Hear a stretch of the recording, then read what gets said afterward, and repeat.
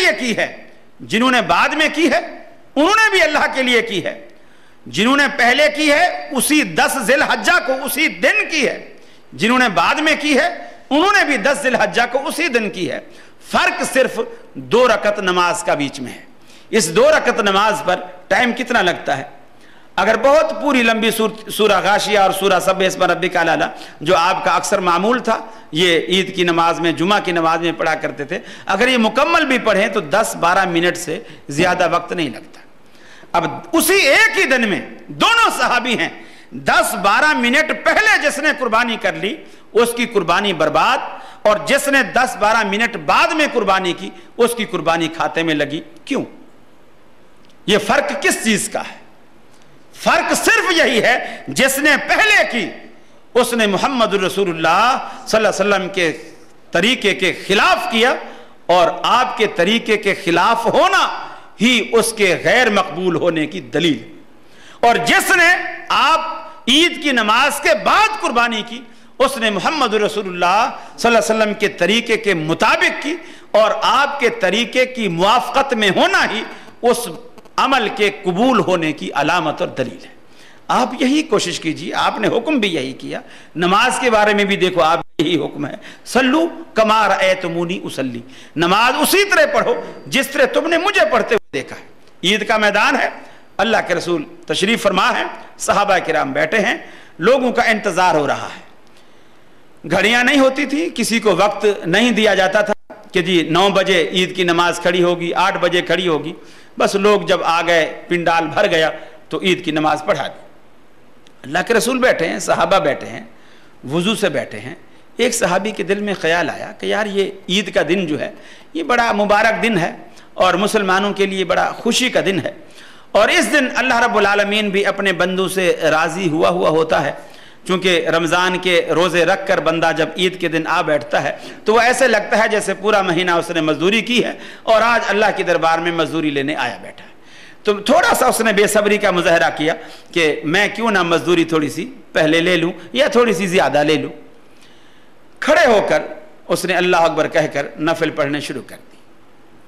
حضرت علی رضی اللہ تعالی عنہ اٹھے, اسے کہا بھائی یہ تو نے کیا پڑھے ہیں؟ میں نے نفل پڑھے ہیں. کہا مجھے ڈر ہے, ترمذی کی حدیث ہے, کہا مجھے ڈر ہے کہ کہیں یہ نفل تجھے دوزخ میں نہ لے جائیں, کہیں یہ نفل تجھے دوزخ میں نہ لے جائیں. اس لیے کہ محمد رسول اللہ صلی اللہ علیہ وسلم کا جو طرز عمل ہے, آپ عید کے میدان میں آنے کے بعد نہ عید سے پہلے اور نہ عید کے بعد کوئی نفل نہیں پڑھتے تھے. تو اللہ کے رسول سے آگے بڑھتا ہے. لا تقدموا بین یدی اللہ ورسولہ, اللہ اور اس کے رسول سے آگے نکلنے کی, آگے بڑھنے کی کوشش نہ کرو. اب وہ نفل ہیں, صحابی رسول ہے پڑھنے والا, عید کا دن ہے, وضو سے پڑھ رہا ہے, قبلہ رخ پڑھ رہا ہے, اور اسی طریقے پر پڑھ رہا ہے جو رسول اللہ صلی اللہ علیہ وسلم کا طریقہ ہے.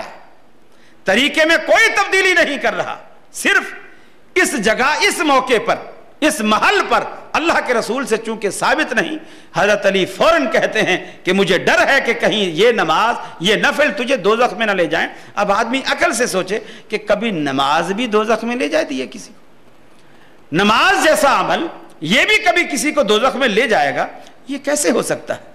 اب آپ دیکھیے ایک اور نفل, رسول اللہ صلی اللہ علیہ وسلم جب معراج سے واپس آتے, آپ فرماتے ہیں بلال تو کیا عمل کرتا ہے کہ پہلے تو مجھے تیرے قدموں کی آہٹ سنائی گئی, جب میں نے پلٹ کے دیکھا کہ تو ہے, یعنی تو جنت کے اندر چل رہا ہے, تو کیا عمل کرتا ہے؟ اللہ کے رسول اور تو کوئی خاص عمل مجھے یاد نہیں ہے, بس یہی جو آپ سے سیکھے ہیں, جب بھی وضو کرتا ہوں اس کے بعد وضو کے تحیت الوضو کے 2 نفل جو ہیں وہ میں ضرور پڑھ لیتا ہوں. آپ نے فرمایا تیرا یہی وہ عمل ہے جس نے تجھے اتنا اللہ کے قریب کر دیا ہے. اب بلال بھی نفل پڑھتا ہے, وہ بندہ جو عید کے میدان میں پڑھ رہا ہے وہ بھی نفل پڑھ رہا ہے. بلال بھی اللہ کے لیے پڑھتا ہے, وہ بھی اللہ کے لیے پڑھتا ہے. بلال نے بھی 2 رکعتیں پڑھی, اس نے بھی 2 رکعتیں پڑھی. بلال بھی صحابی ہے, وہ بھی صحابی ہے.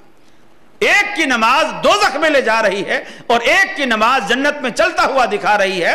فرق کس بات کا ہے؟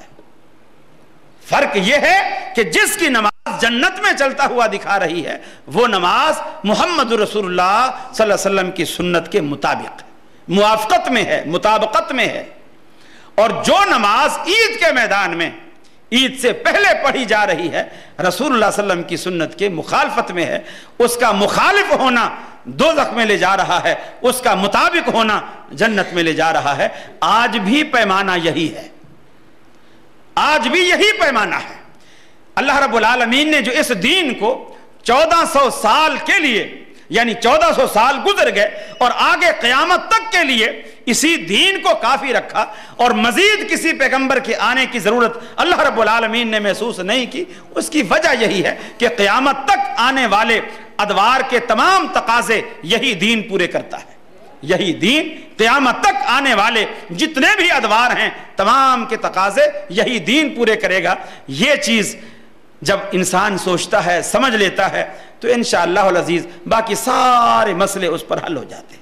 اب یہ ساری مثالیں سننے کے بعد اب یہ معاملہ بالکل آسانی سے آپ کی سمجھ میں آ سکتا ہے اور آپ بالکل اس نتیجے پر یقیناً میں سمجھتا ہوں کہ آپ پہنچ چکے ہوں گے، اگر نہیں تو انشاءاللہ پہنچ جائیں گے، کہ قرآن خوانی یہ جو ہم لوگوں کو بلا کر گھروں میں، دیکھو اول تو یہ اصطلاح قرآن خوانی کی جو اصطلاح ہے یہ ہوٹلوں اور بیکریوں کی اصطلاح ہے، یہ اسلام کی اصطلاح۔ جس بھی چیز کے ساتھ خوانی لگے نا، جیسے دسترخوان، باقر خوانی، آپ لوگ جانتے ہوں گے ناشتہ کرتے ہوں گے باقر خوانی، اسی طرح قرآن خوانی، یہ خوانی کی جو چیزیں ہیں نا ان کا تعلق پیٹ سے ہے، اور یہ بیکری کے ایٹم ہیں، اسلام کے ایٹم نہیں ہیں میرے بھائیو۔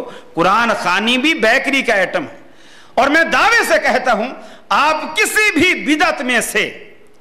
بدعت میں سے کھانا نکال دیجئے، کسی بھی بدعت سے کھانا نکال دیجئے، اور اس کے بعد دیکھیے کتنے علماء ہیں جو آپ کو فتویٰ دیں کہ 11ویں بھی کرو، آپ کو فتویٰ دیں ربیع الاول بھی بناؤ، یہ بھی سب کچھ ختم ہو جائے گا یار۔